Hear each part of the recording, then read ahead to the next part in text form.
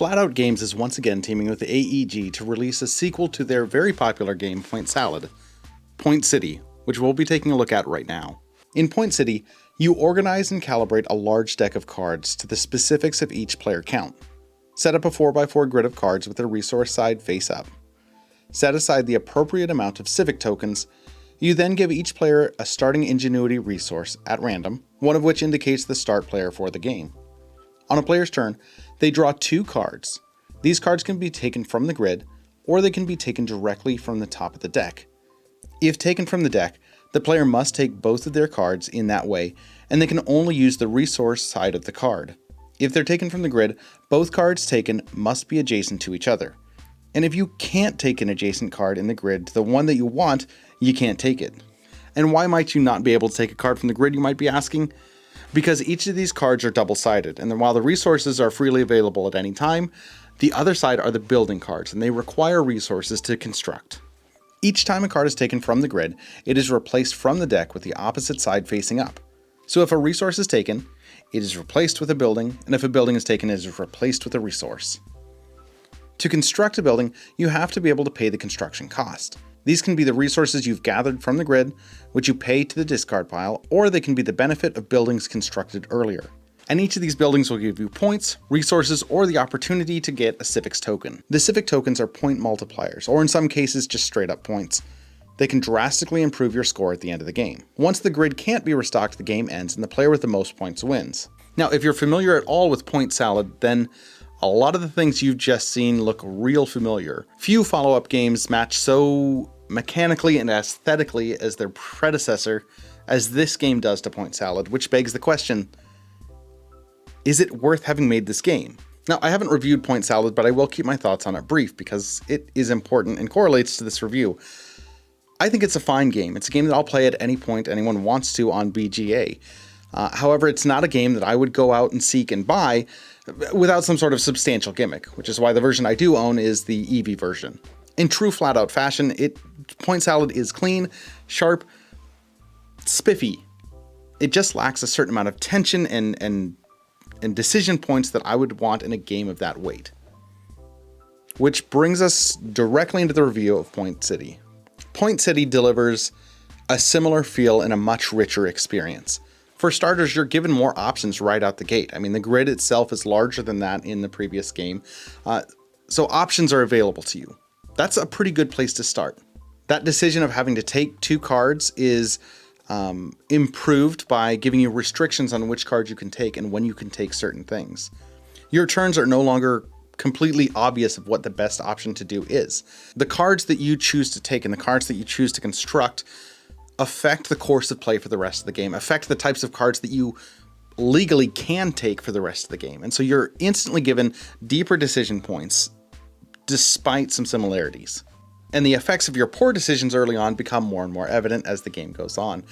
You start to realize the importance of those early game buildings and the benefits that long-lasting resources can give you in the later game. And it's that poor planning, that lack of foresight that gives it just a little bit of bite, not detrimental necessarily to the course of the whole game if you goof something up early on, but there are consequences to your actions in this game, and they become very evident as the game progresses. Which leads to the tiers of cards, which is interesting.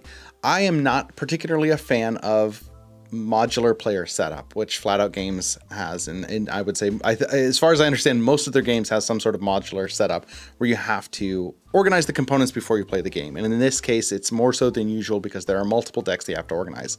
Not that huge of a deal. It's a card game true and true, so you're just taking a certain amount of cards out. But you also have to separate 3 distinct decks out, shuffle them, and then pile them on top of each other. So you've got tier 1 cards, tier 2 cards, and tier 3 cards. As the game progresses, things get more difficult to build, and the decisions that you've made early on affect how you can progress in the later game.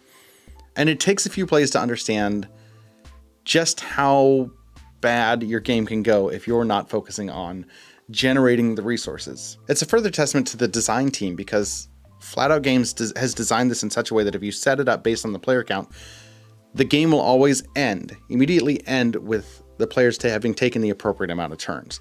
There's no, oh, this is the end of the game, and now everybody gets one more turn. The game ends exactly when it's supposed to, exactly when it was designed to.